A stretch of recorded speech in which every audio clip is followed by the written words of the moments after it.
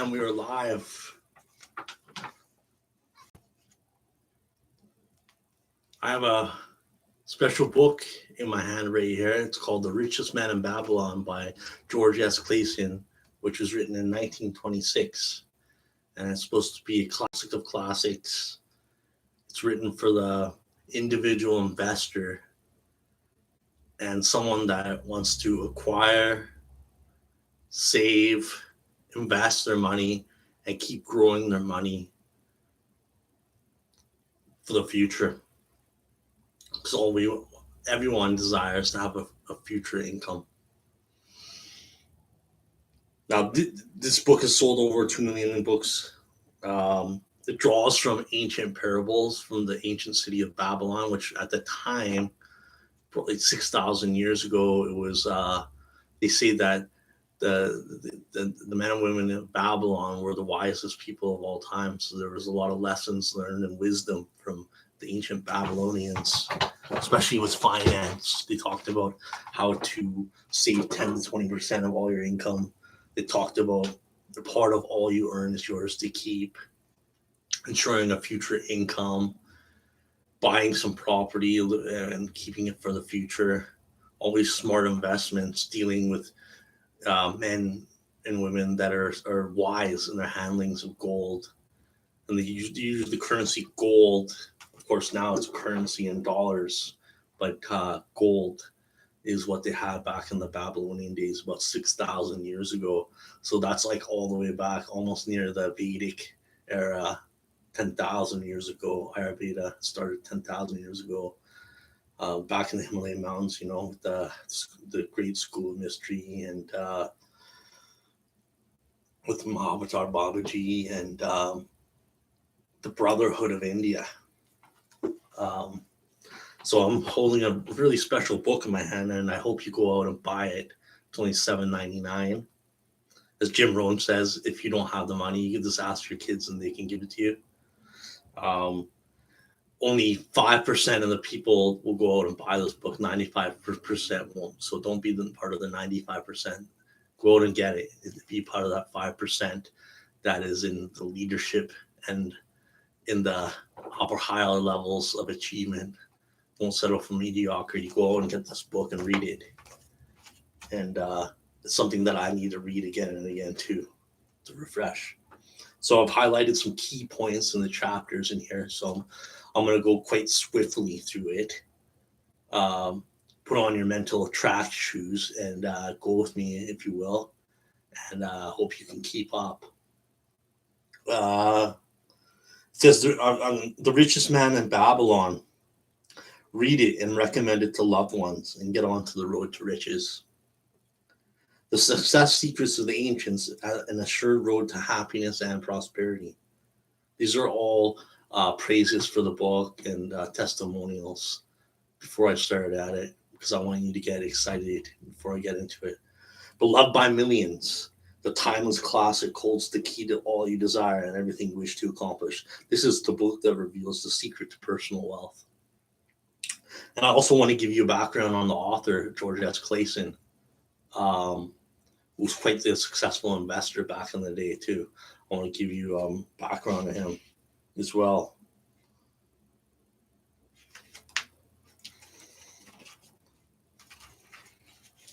About the author, George Samuel Clayson was born in Louisiana, Missouri in November 1874.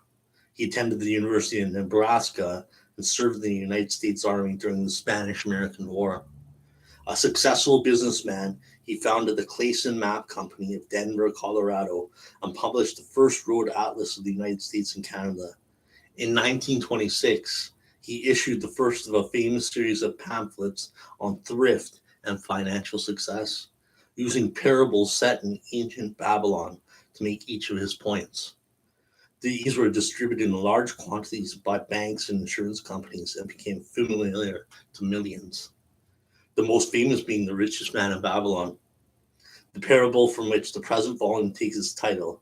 These Babylonian parables have become modern inspirational classics, and many people that have read this book alone have reached financial independence in their lifetimes. Two people Tony Robbins, I'm name dropping here, Jim Rohn, all the motivational authors and speakers highly recommend this book. They say that Bob Proctor said that all of them helped them to gain financial independence based on these stories and parables from the ancient Babylonian classics. The Richest Man in Babylon. The Success Secrets of the Ancients, it's so-called the most inspiring book on wealth ever written. Interesting. Los Angeles Times says, what kind of book written in the 1920s tell modern investors about their finances? A whole lot if George Clayson's delightful set of parables that explain the basics of money. This is a great gift for a graduate or anyone who seems baffled in the world of finance, and a wonderful, refreshing read for even the most experienced investor. So again, go out and get this book and read it and share it with loved ones and get on your road to riches. And I'll see you in the temple of wisdom. I'm going to read this. Ahead of you stretches your future like a road leading into the distance. Along that road are ambitions you wish to accomplish, desires you wish to gratify. To bring your ambitions and desires to fulfillment, you must be successful with money. For money is the energy of the physical plane. Whether we're spiritual or non-spiritual, it's based on your own belief, but I believe that we are spiritual beings living in physical experience. So here we are spiritual beings. We have to master money, be a good custodian of it, and do wise things with it, and give to others, family, friends, relatives. We have to. The more we get, the more we receive, the more we have to give. We have to keep it constantly circulating in our lives and keep it flowing. In order to grow, it must flow. That's a great reminder, that's from Creating Affluence from Deepak Chopra. He says, money is like blood. In order to grow, it must flow. So you have to keep it flowing in our lives and keep it circulating in our lives. 2 keywords, circulating and flowing. Use the financial principles made clear in the pages to follow. Let them guide you away from the stringency of a lean purse to that of a fuller, happier life. A full purse is made possible. Like the law of gravity, these laws of money are universal and unchanging. So way back when, for the 1920s, this was 100 years ago, because now it's 2021. This was in the 1920s, so it's about 100 years ago. 100 years from now, these laws will still be in place. So it doesn't matter. This is a timeless book. So whatever era you're reading it in, now in 2021 or 100 years from now, you're going to be still governed by these laws, financial laws, spiritual laws. So you want to embrace them and get them working for you and your loved ones. Like the law of gravity, these laws of money are universal and unchanging. May they prove to be for you, as they have proven to so many others, a sure key to a fat purse, large bank balances, and gratifying financial progress. How does that sound to you? That sounds good to me. I'd love to have that. Fat purse, large bank balances, and a gratifying financial progress. Well, I'm in it. Anyone that's in it, raise your hand. Hey, I'm in it. I love that. I'm embracing that. I want that for myself, and I know you want that for yourselves as well. So all it takes is a desire and to be definite about what you want, and having the faith and perseverance, and you can realize your goal in life. Also, before I go on, I want to share with you my goal card. I have a goal card here, which I carry around in my pocket or my wallet, and you can make a goal card and laminate for yourself. It's very simple, nothing complicated, but at the top, you want to write down when you would like to achieve your, say, 5-10 year goal, and then write the description of what you're going to give in return for it, and write down one affirmation that affirms your goal. It can be a health goal, it can be a wealth goal, it can be a relationship goal, or it could be a little bit of both, everything. Because we all want to be happy, healthy, wealthy, and wise. But goals are very specific. So write down your goal and read it, pull it out of your pocket about once every, 3-4 hours, say 3-4 times a day, and put all your focus and attention on the goal card, and you just look at it with all your attention, because there's that quote and saying, it says, "We are our attention." So whatever you focus on expands. So our quality of our life is the quality of our attention. So if we want our goals to manifest in our lives, we have to put attention on it, and that's that. The attention has to be daily. So I set a goal. I'll share with you. I set a goal to be a millionaire, have at least a net worth of $1 million plus. I set that goal long time ago in my 20s, and I'm still at it. But I reaffirmed my goal, and I want to achieve that goal as soon as possible. I want to have a net worth of at least $1 million plus. And the goal, the affirmation I have is, I am a millionaire and more. I'm a millionaire and more. I'm a millionaire and more. I wrote down here. You want to put my goal at the top, and then you put the date. So I put by January 1st, 2021. I'm so happy and grateful now that I'm a millionaire and that I have a net worth of $1 million plus. I am financially independent. I'm happy, healthy, and wealthy. So just very simple, very brief goal. Make sure you have a goal card for yourself. Go out and get it, or you can create one at home. All right.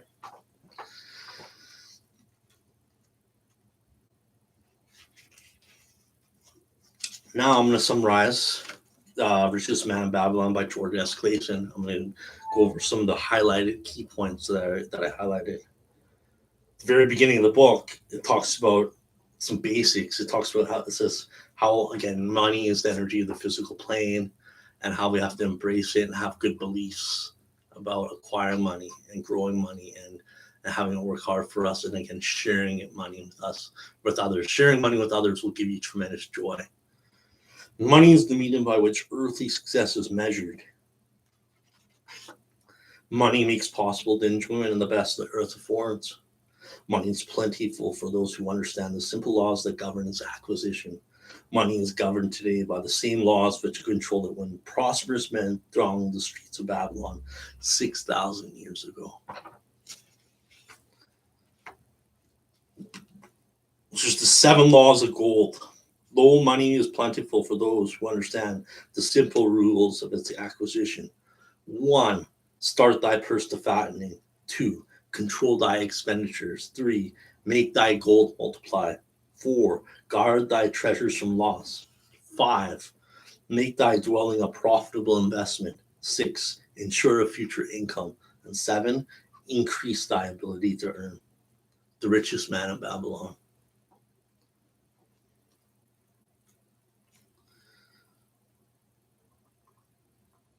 The contents, there's the foreword. The first chapter is about the man who desired gold. Then it goes on to talks about the richest man in the Babylon, about his wisdom and the temple of wisdom. And it talks about the 7 cures for a lean purse, meeting the goddess of good luck. It talks about the 5 laws of gold, the gold lender of Babylon.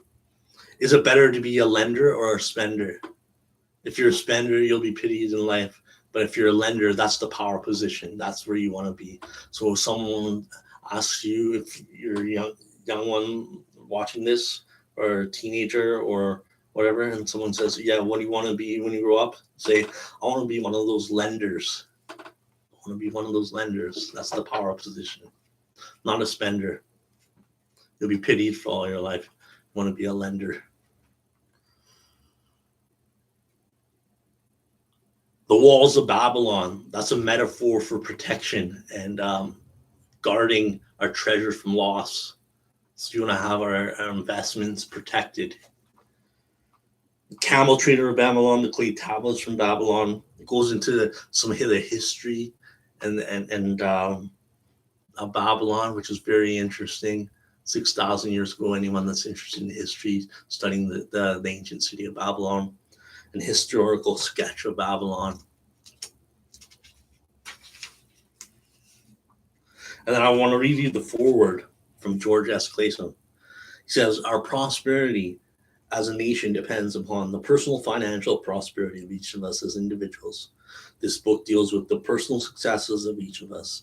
Success means accomplishments as a result of our own efforts and abilities. Proper preparation is the key to our success. I agree. Proper preparation is the key to success. The opportunity is always there. It's in the preparation. You want to be so prepared that when the opportunity is there, you embrace it. Our acts can be no wiser than our thoughts. Our thinking can be no wiser than our understanding. Solomon said, all you get understanding. This book of cures for lean purses has been termed a guide to financial understanding. That indeed is its purpose, to offer those who are ambitious for financial success an insight which will aid them to acquire money, to keep money, and to make their surpluses earn even more money. In the pages which follow, we are taking back to the Babylon, the cradle in which was nurtured the basic principles of finance, now recognized and used the world over.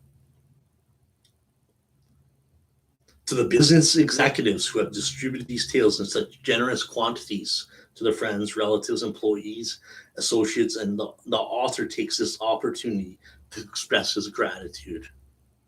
No endorsement could be higher than that of a practical man who appreciates his teachings because they themselves have worked up to important successes by applying the very principles it advocates. Babylon became the wealthiest city of the ancient world because its citizens were the richest people of their time. They appreciated the value of money. They practiced sound financial principles in acquiring money, keeping money, and making their money earn more money through compound interest. They provided for themselves what we all desire, incomes for their future. George S. Clayson. Then it begins the richest man in the Babylon, the man who desired gold.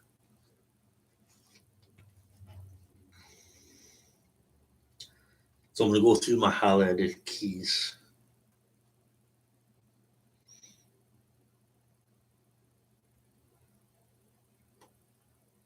Arcad is is a chariot builder that's seeking wisdom. So he wants to seek out the richest man in Babylon for his keys to wisdom and successes.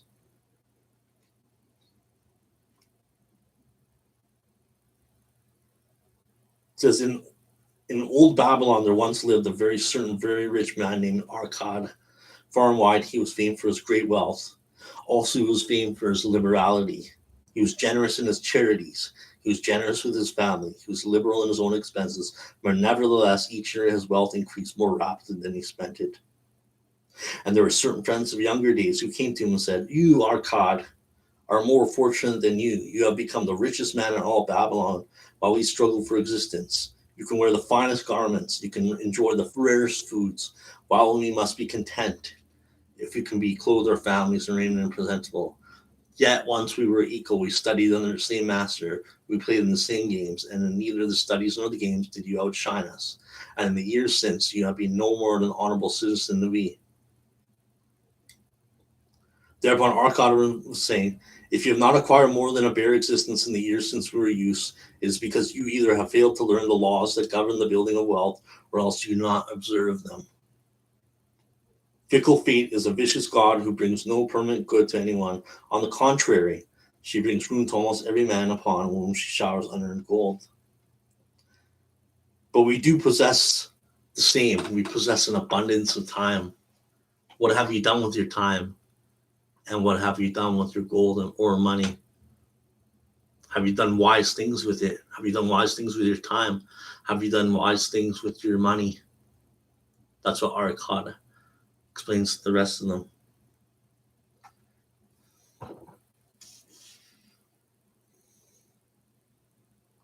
"In my youth, I looked about me and saw all the good things that were meant to bring happiness and contentment. And I realized that wealth increased the potency of all these things. Wealth is a power.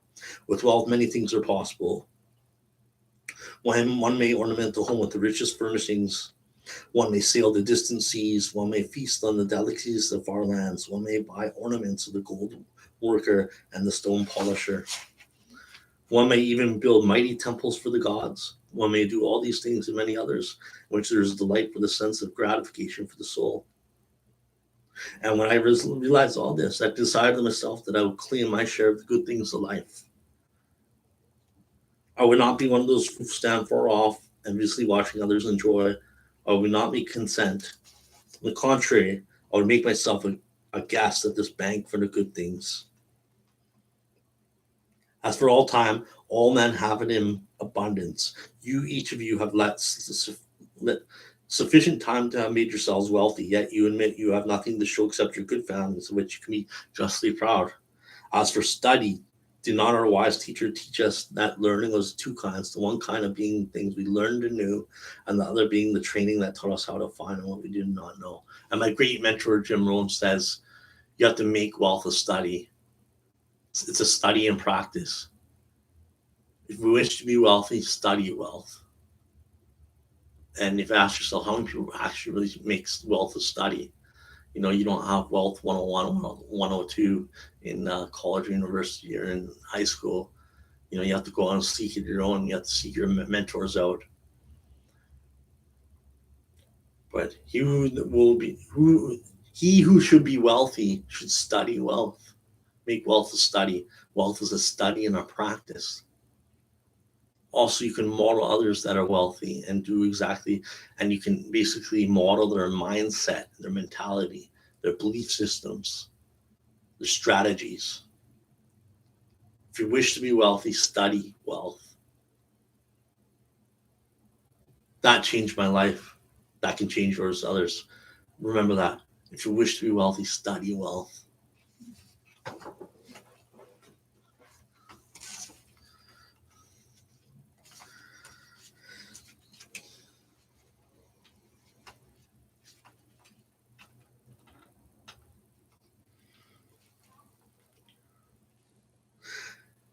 One day, Argamash, you are a very rich man. Tell me how I may also become rich.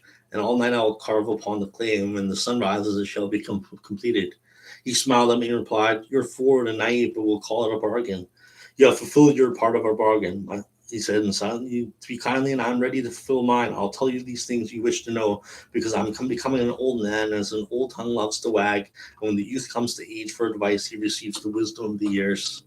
But too often does youth think the age knows only the wisdom of days that are gone, and therefore profits not. But remember this, the sun that shines today is the sun that shone when thy father was born, and will still be shining when the last grandchildren shall pass into the darkness. The thoughts of youth, he continued, are bright lights that shine forth like meteors that often make brilliant the sky. But the wisdom of the age is like the fixed stars that shine so unchanged that the sailor may depend upon them to steer his course. I found the road to wealth when I decided that a part of all I earned was mine to keep, and so will you. I'm going to repeat it one more time. I found the road to wealth when I decided that a part of all I earned was mine to keep, and so will you. But all I earn is mine to keep, is it not? I demanded. Far from it, he replied.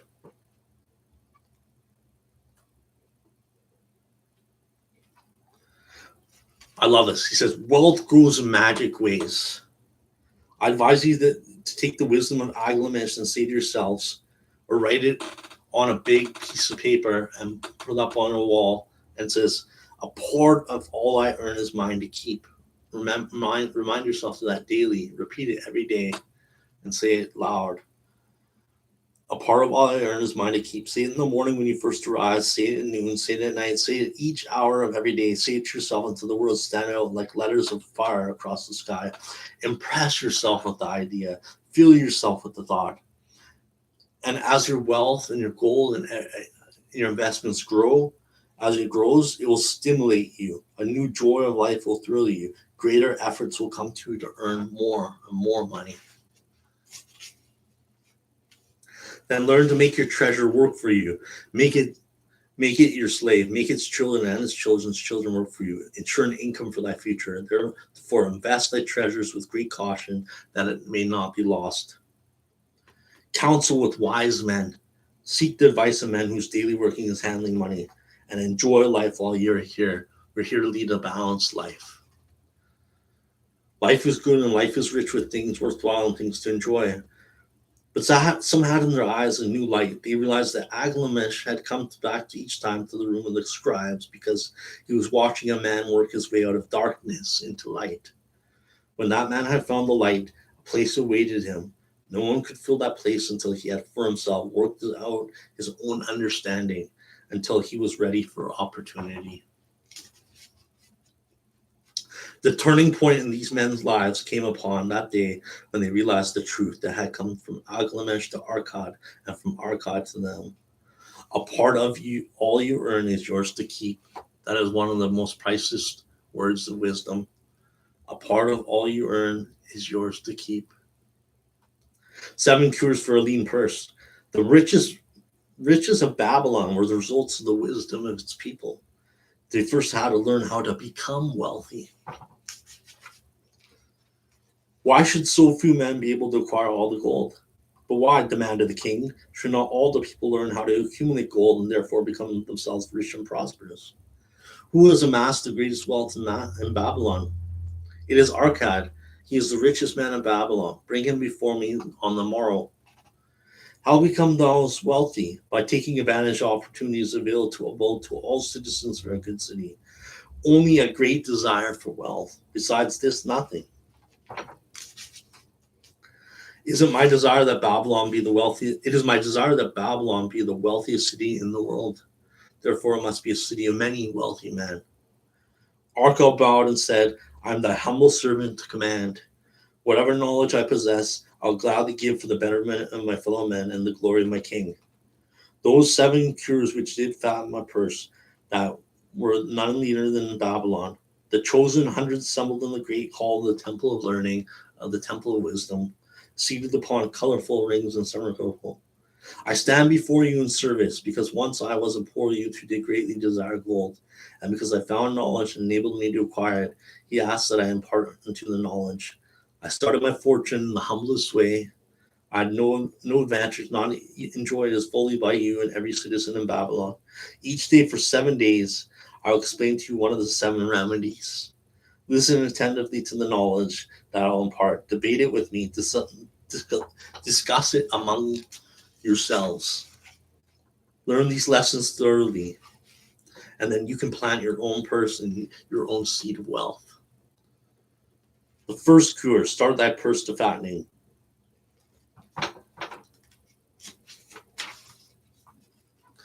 For every 10 coins thou place within thy purse, take out for use but 9. Thy purse will start to fatten at once, and its increase in weight will feel good in thy hand and bring satisfaction to the soul. Deride not what I say because of its simplicity. Truth is always simple. But when I began to take out from my purse but 9 parts of 10, I put in and began to fatten. Soul thine.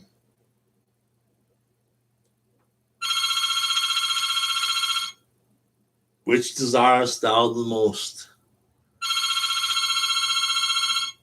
Is it the gratification of thy desires of each day? Or is it substantial belongings? Gold, land, herds, merchandise, income-bringing investments? This, my students, was the first cure I did incur for my lean purse. For each 10 coins I put in to spend but 10. Debate this among yourselves. If any man proves it untrue, tell me on the morrow when we shall meet again. The second cure, control thy expenditures. Now I'll tell you the unusual truth about men and sons of men is this, that what each of us calls our necessary expenses will always grow to equal our income unless we protest the contrary. Confuse not the necessary expenses with thy desires. Study thoughtfully thy accustomed habits of living. Budget then thy necessary expenses. Make it first an assistant in defending thy fattening purse. The purpose of a budget is to help thy purse to fatten.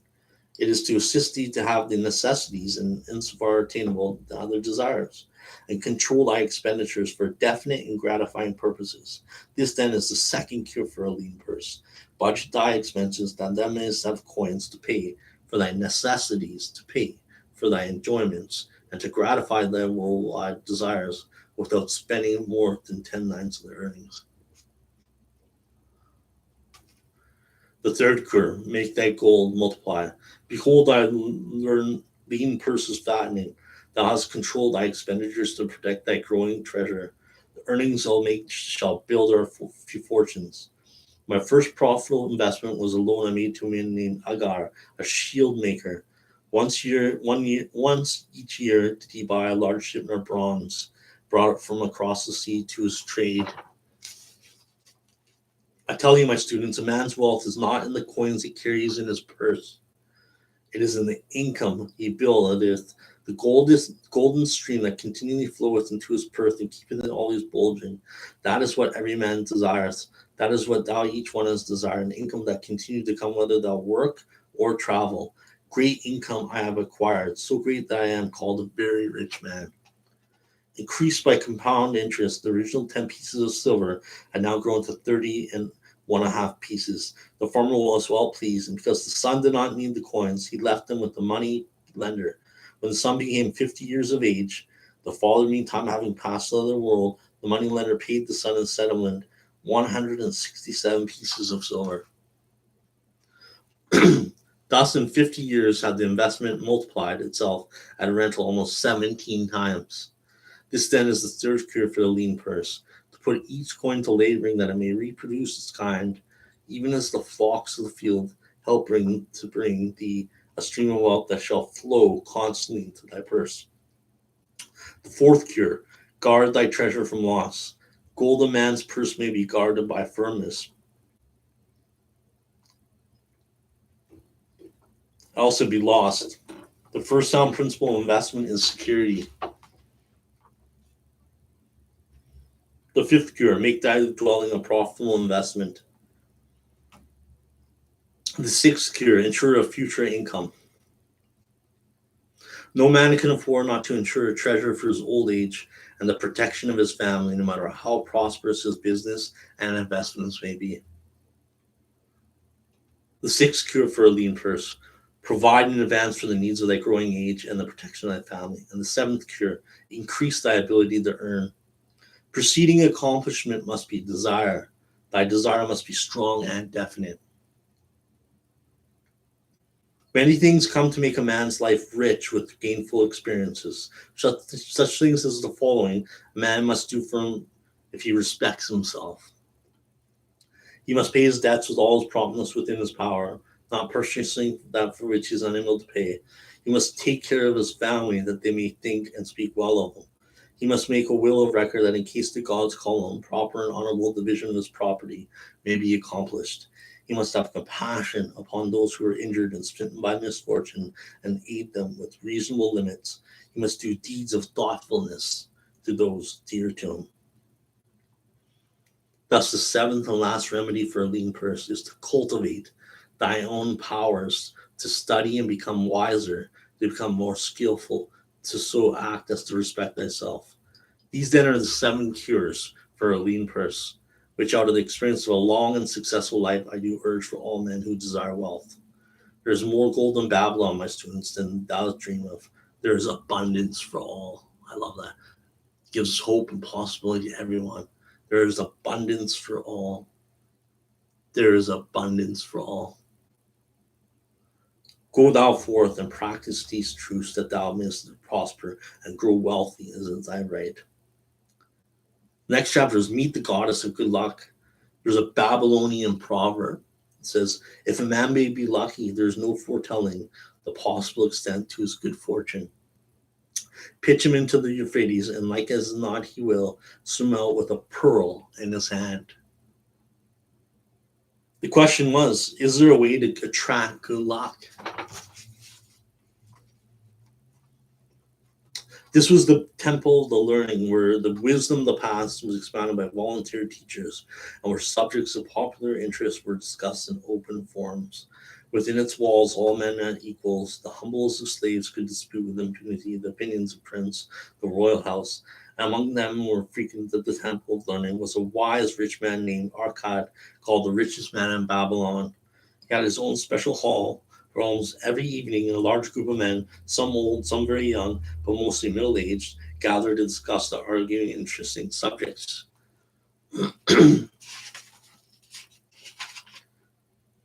Yet, if he persists, he may usually expect to realize his profit. This is so because the chances of profit are always in his favor.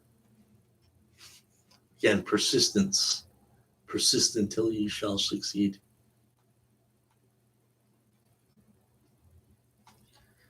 From thy earnings, keep out 1/10 to put in favorable investments. Thy words are words of wisdom from thy father. Opportunity stands before thee, my son. It is offering a chance that may lead to wealth. Opportunity waits for no man. Today it is here, soon it's gone. Therefore, delay not. Embrace it. The opportunity. Take action now. Do it now. In this tale, we see how good luck waits to come to the man who accepts opportunity and embraces opportunity.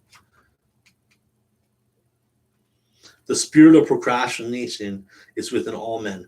We desire riches, yet how often when opportunity doth appear before us, the spirit of procrastination from within doth urge various delays in our acceptance. And listening to it, we do become our worst enemies. I also have to recognize and conquer procrastination. From our discussion, have I learned that to attract good luck to oneself, it is necessary to take advantage of opportunities. Therefore, in the future, I shall endeavor to make the best of such opportunities as to come to me. The truth in it is this: good luck can be enticed by accepting opportunity. Those eager to grasp opportunities for their betterment do attract interest in the goddess. She is ever anxious to aid those who please her. Men of action please her best. Action will lead thee forward to the successes thou dost desire. And this is the word of wisdom to complete the chapter. It says, men of action are favored by the goddess of good luck. So take action and do it now. Make action a habit. Put the plan into action and do it now. When opportunity comes, take action on it. That's how you create your good luck. 5 laws of gold. Choice of gold and wisdom. What do they know? Ignore the wisdom and waste the gold. On the moral, they will no more gold. Gold is reserved for those who know its laws and abide by them. I like that. The richest man he was, and that was because he was wise in the ways of gold, even as no man had ever been before. In Babylon, it is the custom, as you know, that the sons of wealthy fathers live with their parents and expecting and inheriting the state. Arca did not approve of this custom. He said, my son, it is my desire that thou to succeed to this state. Thou must, however, first prove that thou art capable of wisely handling it. Therefore, I wish that thou go into the world and show thy ability in both to acquire gold and make that respected among men. To start thou well, I'll give these 2 things in which I myself was denied when I started as a poor youth to build up a fortune. First, I give thee this bag of gold. If thou use it wisely, it will be the basis of thy future successes. Second, I give thee clay tablet upon which is carved the 5 laws of gold. 10 years from this day, come thou back to the house of thy father and give account of thyself. If thou prove worthy, I will make them thee the heir to my estate. Otherwise, I'll give it to the priests that they may borrow my soul in the kind consideration of the gods. My father, he began interventionally, I bow before thy wisdom. 10 years ago, when I stood at the gates of manhood, thou bade me go forth and become a man among men. But in those bitter days, I remember thy confidence in me, my father. Thou hast sent me forth to become a man, and this is what I've determined to accomplish. The mother buried her face and wept softly. Thereupon I read most carefully thy words of wisdom, realized that I had but sought wisdom first. My gold would not have been lost to me. I learned my heart each law and determined that when one more the goddess of good fortune smile upon me, I will be guided by the wisdom of age and not by the inexperience of youth. Through my association with wise men, I learned to safely invest gold to bring profitable returns. As the years went on, my treasure increased more and more rapidly. I not only made back as much as I lost, but much more. Through my misfortunes, my trials, and my successes, I have tested time and time again the wisdom of the 5 laws of gold. My father have proven them to true every test. To him who is without knowledge, and the 5 laws of gold, they goeth away quickly. But to him who abide by the 5 laws, gold comes and works as a dutiful slave. This I do to prove my father how much greater value I consider thy wisdom than the gold.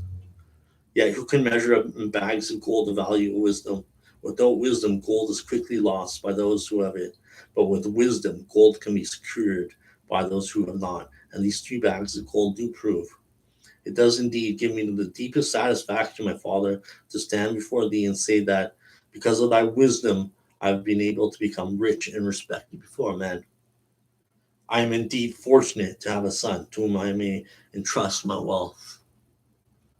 Men have much gold when they know the 5 laws of gold and abide thereby, because I learned these 5 laws in my youth and abided by them, and have become a wealthy merchant, not by some strange magic that I accumulate my wealth. Wealth that cometh quickly goeth the same way. Wealth that stays to give enjoyment and satisfaction to its owner comes gradually, because it is childborn of knowledge and persistent purpose. The 5 laws of gold offer to thee a rich reward for their observance. Each of these 5 laws is rich with meaning, and thou's briefness of my tale, I will now repeat them. I do not know them by because my youth I could see their value, and would not can be content until I knew word for word. The first law of gold. Gold cometh gladly in increasing quantity to any man who will put by less than 1/10 of his earnings to create an estate for his future and that of his family. Second law of gold. Gold laboreth diligently and contentiously, wise owner for its profitable employment by multiplying even as the flocks in the field. The third law of gold. Gold clingeth to the protection of the cautious owners who invest it under the advice of men wise in its handling. The fourth law of gold. Gold slippeth away from the man who invests it, businesses or purposes which he is not familiar or not approved by those skills in its keep. The fifth law of gold. Gold flees from the man who forces to impossible earnings or learning advice of its tricksters and an inexperienced romantic desires in its investment. This ends my tale of the 5 laws of gold. Telling it to thee, I told the secrets of my own success. 10 years from this night, what can you tell me about this gold? Is there be men among you who, like Nomsmer, will apportion their gold to start for themselves in a state and be henceforth wisely guided by the wisdom of Arkad? 10 years from now, 'tis a safe wager, like the son of Arkad, they will be rich and respected among men. Our wise acts accompany us through life to please us and help us, just as surely as our unwise acts. Rich are the treasures of Babylon, so rich no man can count their value of pieces of gold. Each year they grow richer and more valuable. In the strength of thy own desires is a magic of power. Guide this power with thy knowledge of the 5 laws of gold, and thou shalt share the treasures of Babylon. The gold ladder of Babylon. 50 pieces of gold, never had before, as Ronan, the spearmaker of old Babylon, carries so much in gold in his leather wallet.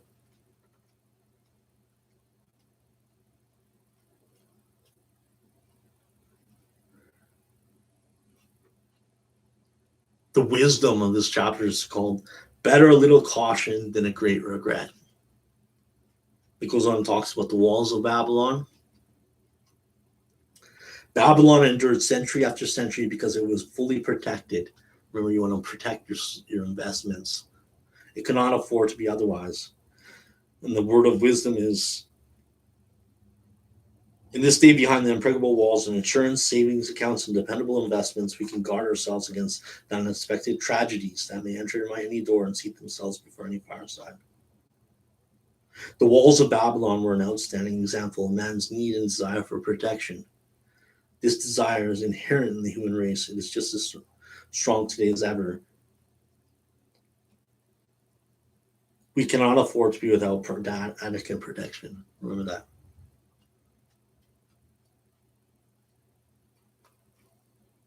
We found the trail to Babylon because the soul of a free man looks as a life. The camel trader of Babylon. We found the trail to Babylon because the soul of a free man looks as life as a series of problems to be solved, and solves them, while the soul of a slave whines, what can I do with but a slave? Thou show me a vision. Already I feel the soul of a free man surge with me. I like this. It says, where the determination is, the way can be found. Where the determination is, the way can be found. So ended the tale of Dobsmere, the camel trader of old Babylon. He found his own soul when he realized the great truth. A truth had been known and used by wise men long before his time. It had led men of all ages out of difficulties and into success, and it will continue to do so for those who have the wisdom to understand its magic power. It is for any man to use who reads these lines.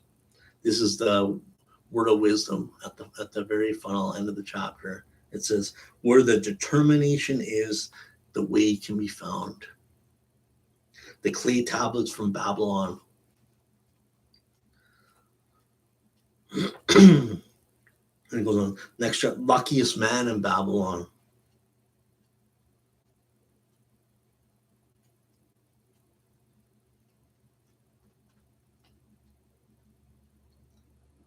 The next time I met Arad Gula, he was a changed man. Full of enthusiasm, he greeted me.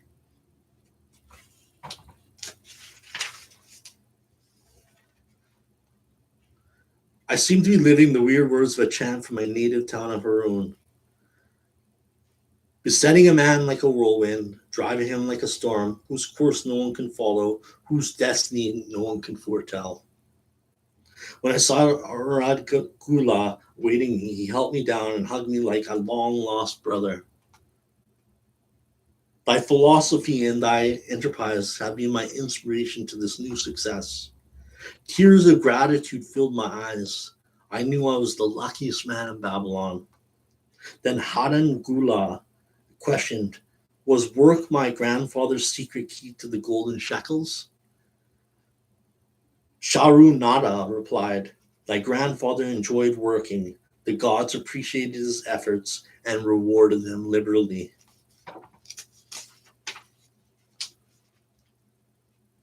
Work attracted his many friends and who admired his industry and success abroad. Work brought his honors to enjoy him so much in Damascus. Work brought him to all those things that I have proven that I thought work was fit only for slaves. Life is rich with many pleasures for men to enjoy, Sharu Nada commented. Each has its place. I am glad that work is not reserved for slaves. Were that the case, I would be deprived of my greatest pleasure. Many things I do not, but not take place of work. Go watch the movie The Last Brickmaker in America with Sidney Poitier. And he talks about how, like, just like Khalil Gibran says, how work has made love visible. It was so in Dharma and love what he did that at age 80 and 90, a woman or someone said, aren't you going to retire now? You're age 80 or 90 to Sidney Poitier in the movie. And he said, I cannot retire. He goes, I'm 80 and 90. He goes, I'm already engaged in my next project. I got to start my next project. And then he goes, or else who else is going to do it? He goes, after all, I am the last brickmaker in America. So go see that Last Brickmaker in America by Sidney Poitier that stars in it. Great movie, and talks about the love of work and being in Dharma, serving and higher purpose and spiritual goals and values. Sharu Nada and Hadan Gula rode in the shadow of the towering walls up the massive bronze gates of Babylon. At their approach, the gate guards jumped to attention, respectfully saluted an honored citizen, which held high. Sharu Nada led the long caravan through the gates and up to the streets of the city. I have always hoped to be a man like my grandfather, Hadan Gula confided to him. Never before did I realize just what kind of man he was. This Tao has shown me. Now that I understand, I do admire him all more, and I feel more determined to be like him. I fear I can never repay thee for giving me the true key to his success. From this day forth, I shall use his key. I shall start humbly as he started, which befits my true station far better than jewels and fine robes. So saying, Hadan Gula pulled the jeweled baubles from his ears and the rings from his fingers. Then, reining on his horse, he dropped back and rode with deep respect behind the leader of the caravan.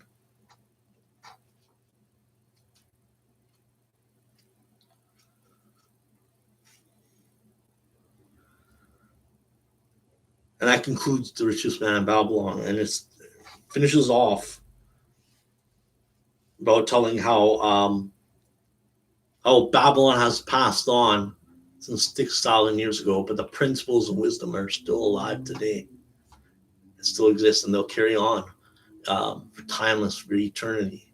These laws and governs of money and gold and the wisdom.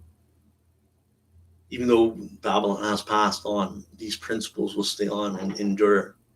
It says Babylon had fallen, never to rise again, but to its civilization owes much.